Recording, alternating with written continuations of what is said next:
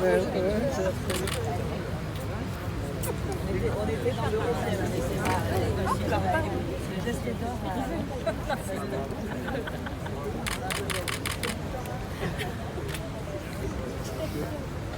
Je sais pas où est Simone.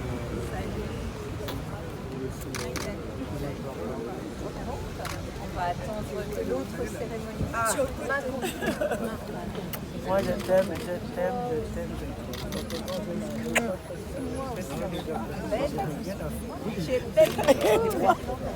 Je t'aime. Je dis celle-là tu devrais. Et après, quand vous étiez. Je suis contente de te voir. Eh bien, je suis avec elle. Voilà, absolument.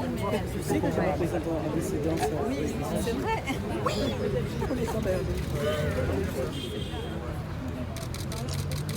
Merci. Très, très bien. Ah bah oui. C'est moins qu'on puisse dire. On est tout erreur. Ah oui. Excusez-moi. Oui, bonjour. Bonjour. Très chère Anne. Simone est...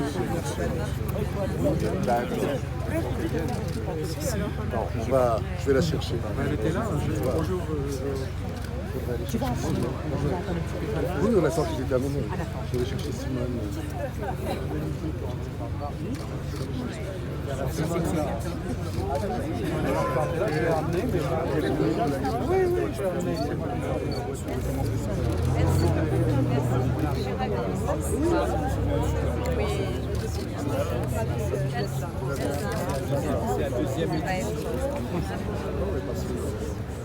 Je vois ce qu'il est sur le bas.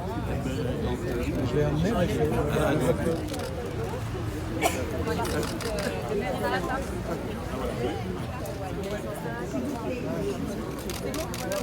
Excusez-moi, je vous demande de tout pour la base. S'il vous plaît. S'il vous plaît. Allez, ça y est, c'est terminé. 2 minutes, il y a quelqu'un qui est passé devant.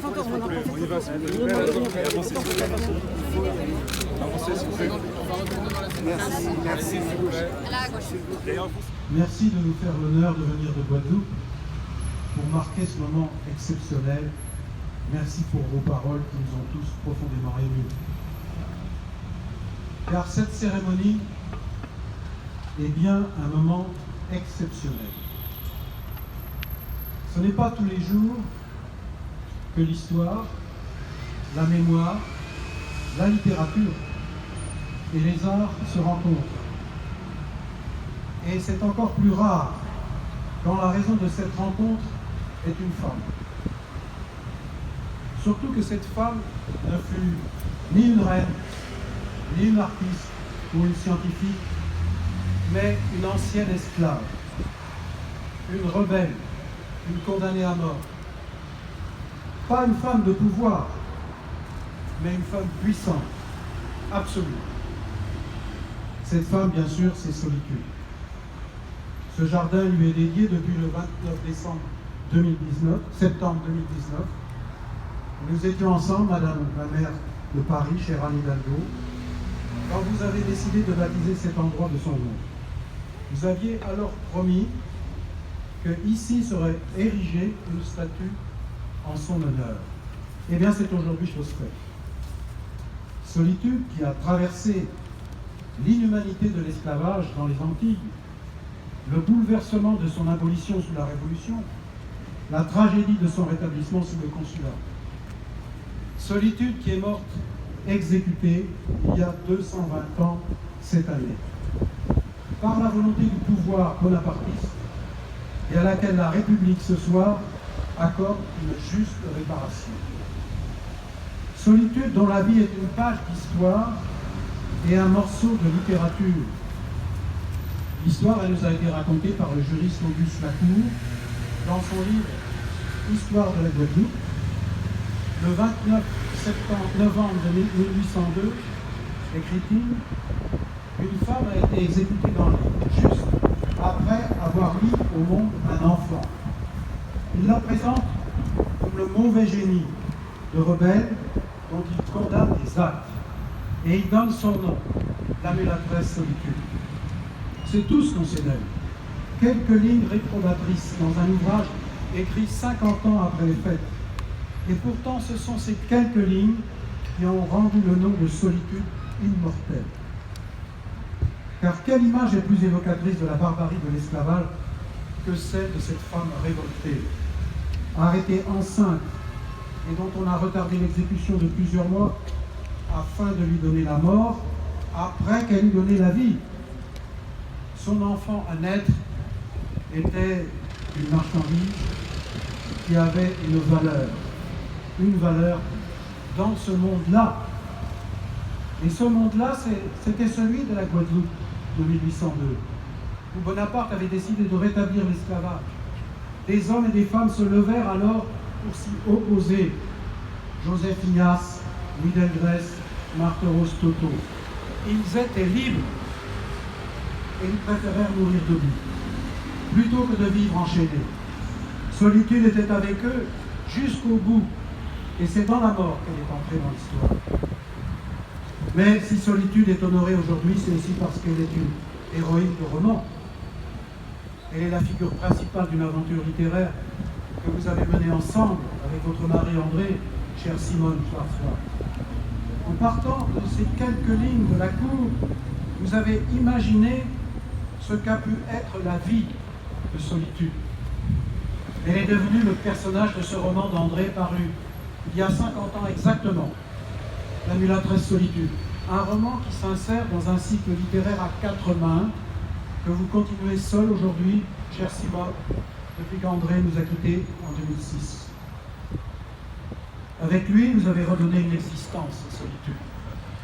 Et aujourd'hui, c'est elle qui nous réunit, en femmes debout, comme le sont les femmes des Antilles, droites, dignes, fortes, en un mot, puissantes. On dit qu'elle sera la première femme noire à avoir sa statue à Paris.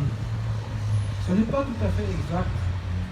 Des femmes noires en statue, il y en a déjà à Paris. Mais il s'agit de figures allégoriques, des représentations de l'Afrique, d'un continent exotisé, qui ont été réalisées au moment où les Européens étaient en train de le coloniser. Et c'est dans cette évolution qu'il faut voir le sens du geste que vous posez ce soir, Madame la maire de Paris. Aujourd'hui, ce n'est pas l'idée abstraite d'une autre, sans identité, qui est représentée. C'est une femme dont on connaît le nom et le destin. Une figure historique et littéraire, une femme et une mère, une Guadeloupéenne et une Française, une rebelle et une citoyenne, à un moment où le pouvoir avait cessé de croire à la liberté et à l'égalité de tous les citoyens. En installant cette statue ici, à côté des 2 statues d'Alexandre Dumas, père et de son fils, là où était aussi la statue du général Dumas, qui, comme Solitude, connut le monde de l'esclavage. Vous montrez qu'à côté des grands hommes, il y a aussi de grandes femmes. Vous montrez qu'une femme du peuple peut faire l'histoire. Vous montrez que le panthéon de notre mémoire n'est pas uniforme, mais qu'il a toutes les couleurs de la diversité française et que c'était déjà ainsi il y a 2 siècles. Alors que l'espace public est redevenu un espace de débat et même de polémique parfois, c'est avec des gestes comme ceux-ci qu'on répond aux attentes qu'exprime la société. Ouvrir notre récit national, incarner notre diversité, diversité les représentations de notre histoire.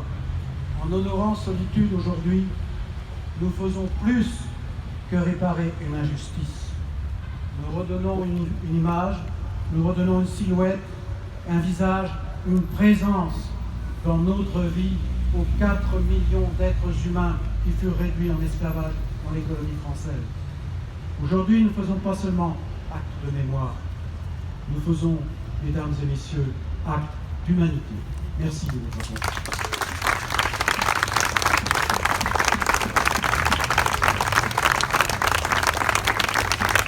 Madame Anne Gabriel, maire de Paris. Monsieur le Premier ministre et Président de la cher Jean-Marc Ayrault, chère Simone Schwarzbach, très chers amis élus nombreux qui êtes ici présents, de Paris, de la région, mais aussi de Guadeloupe, chère Victoire, merci d'être là. Ce moment est un moment très, très important. Je veux aussi, bien sûr, remercier les artistes à travers qui Solitude a revécu aujourd'hui. Et bien sûr, Didier Audra, qui lui a donné corps, et nous allons le découvrir dans un instant.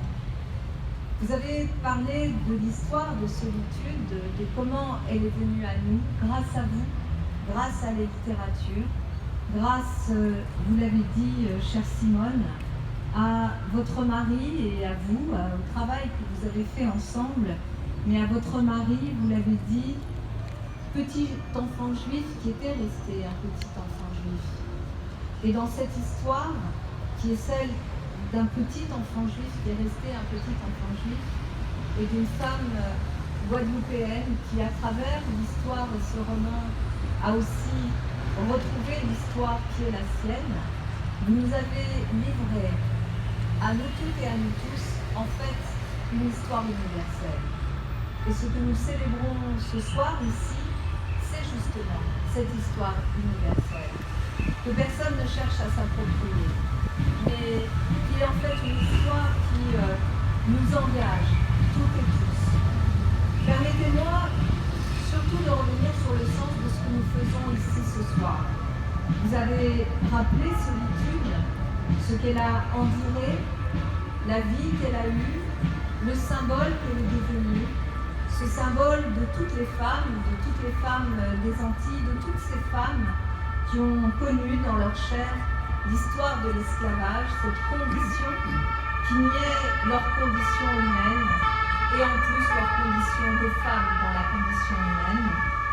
Mais aujourd'hui, nous sommes un jour de commémoration officielle sur la fin, la lutte contre l'esclavage et la commémoration de la fin de l'esclavage et la commémoration de tous ces héros, de toutes ces héroïnes qui se sont soulevés ou qui n'ont pas pu se soulever et qui ont enduré la situation des esclaves. Et dans une journée de commémoration, et notre pays connaît beaucoup de commémorations, il est des actes très officiels. Nous pouvons nous retrouver et parler de la commémoration avec des mots distanciés, avec les mots distanciés qui sont ceux de l'histoire et ceux des actes officiels. Mais il y a aussi une autre façon de commémorer. Et je crois que c'est ce que nous sommes en train de faire ici.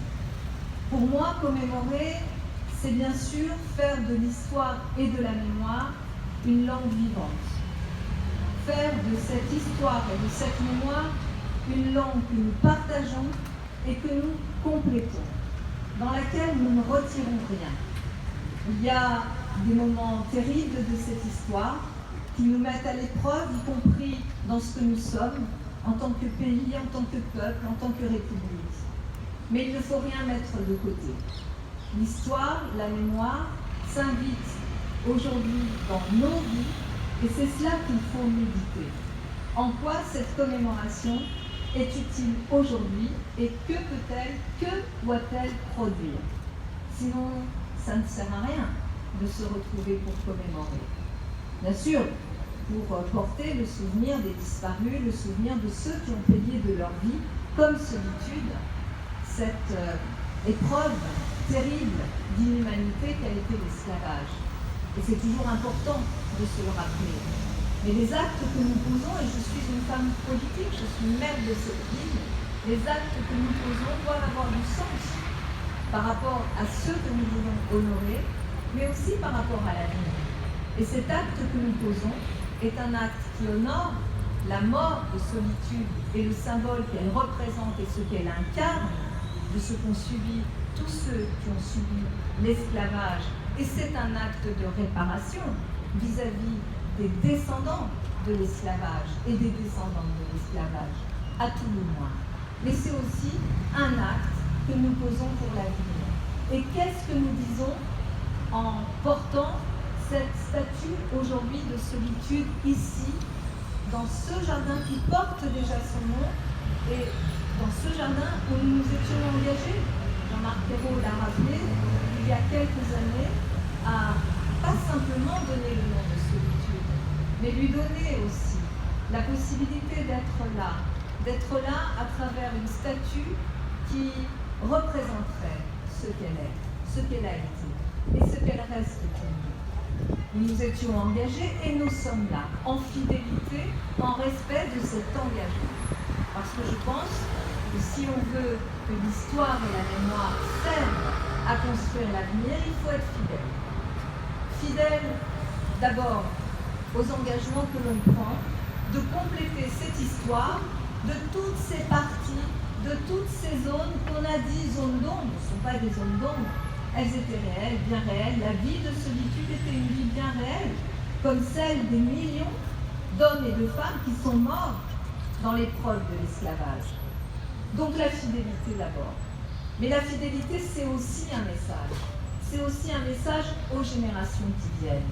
Et pour moi, nos commémorations ne peuvent pas être simplement tournées vers le passé. Elles doivent être cette langue vivante que nous construisons, que vous avez permis avec votre œuvre et celle de votre mari.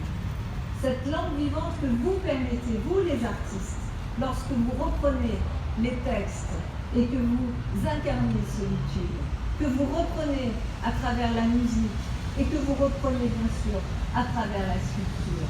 C'est cette langue vivante que nous sommes venus parler ici aujourd'hui ensemble. Et cette langue vivante, quel est son message principal? Bien que nous sommes des êtres humains et que la dignité des êtres humains, c'est une valeur universelle. D'ailleurs, c'est sans doute aussi cette épreuve de l'esclavage qui a fait que la France, notre pays et la République française s'est senti porter aussi ce message universel. Bien sûr, on n'a pas toujours réussi. Et puis, il y a eu des allers-retours, c'est clair. Mais si nous sommes là, c'est parce que nous croyons que ce message que nous portons, que porte notre République, n'est pas un message simplement pour le passé, mais il faut le rendre vivant et lui permettre d'exister et de se partager. Partager la condition humaine, partager cette condition qui est le propre de chacune, de chacun d'entre nous, qui fait que nous sommes des êtres de chair, de sang, que nous avons des vies, des histoires, que chacune de ces histoires et de ces vies sont respectables et que le respect de la vie humaine doit dépasser tout le reste. Quelles que soient les origines, le lieu de naissance, quelle que soit la couleur de la peau, les êtres que nous sommes doivent reconnaître le respect, la dignité, à égalité universelle des personnes humaines. C'est ça que nous faisons ici aujourd'hui. C'est un acte pour les générations qui sont là, qui vont venir des lycées environnants, qui vont découvrir cette histoire de solitude. Il se trouve que l'histoire de solitude, je l'ai rencontrée très précisément en 2002. Cette histoire, j'ai eu à la connaître lorsque toute jeune élue à Paris, j'ai été en charge de l'organisation du 1er 8 mars dans la capitale, parce que nous voulions célébrer la place des femmes, ce qu'elles ont apporté à l'histoire dans notre capitale. Ça ne s'était jamais fait. Et nous avions osé, je me souviens, Georges Pau était là aussi, avec moi, nous avions osé vouloir mettre sur le devant du Panthéon des portraits de femmes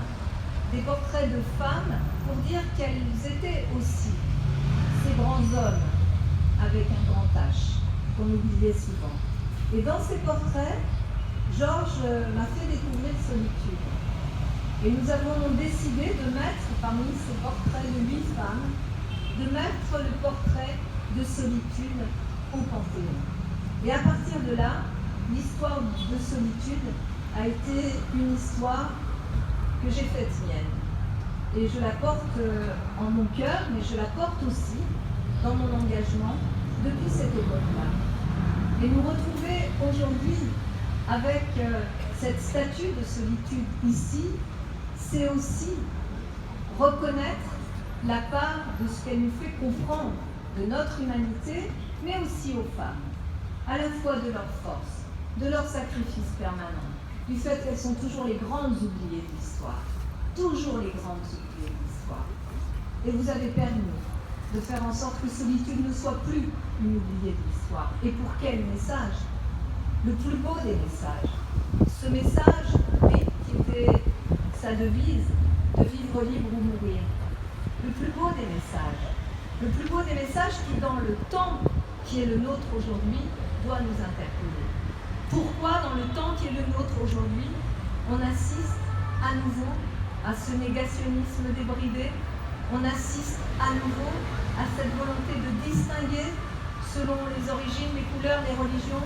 Pourquoi, dans ce moment très troublé que nous vivons, dans ce moment de grande fragilité de nos démocraties, pourquoi en sommes-nous là? C'est aussi l'interrogation que pose Solitude aujourd'hui, ici, à Paris. Et cette interrogation, évidemment qu'aucun d'entre nous ici n'a de solution.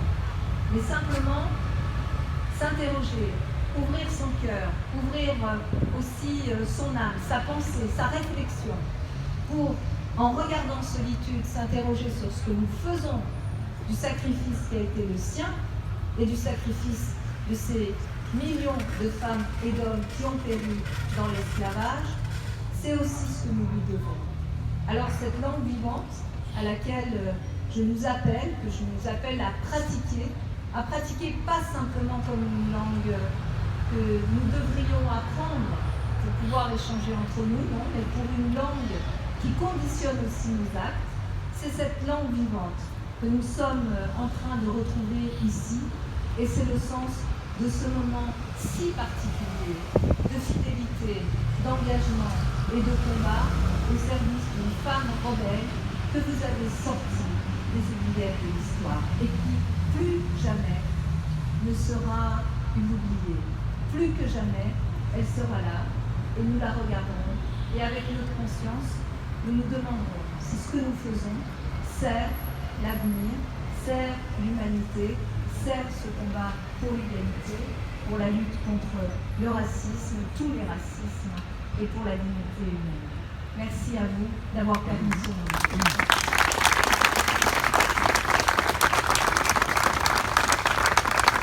Mesdames, Messieurs, nous allons à présent procéder au dévoilement de la Constitution.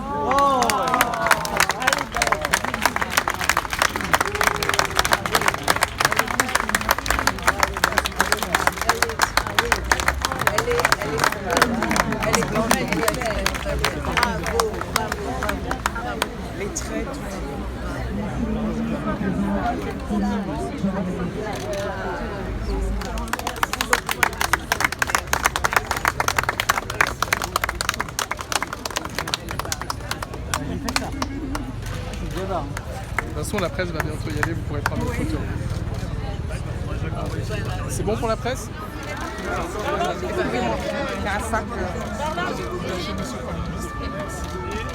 Bon, allez, je viens sur la photo. Mets ta copie. Oui, oui. Non, mais je mets ta copie. Si je me mets là devant, la copie, vous allez voir.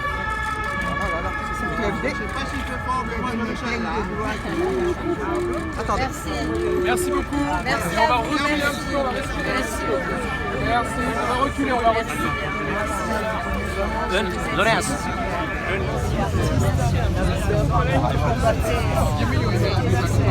C'est facile. Il y en aura plein d'autres.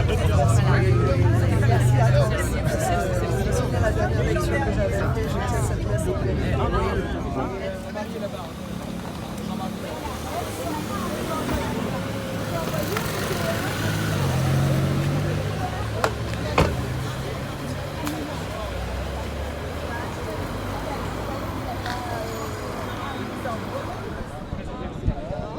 Écoutez, en tant que conseiller délégué auprès de la maire de Paris en charge des Outre-mer, je suis très ému de l'œuvre que nous venons de dévoiler, du geste que la maire de Paris a réalisé en installant la statue de Solitude au cœur de Paris, sur cette place, ce jardin Solitude. C'est un geste fort.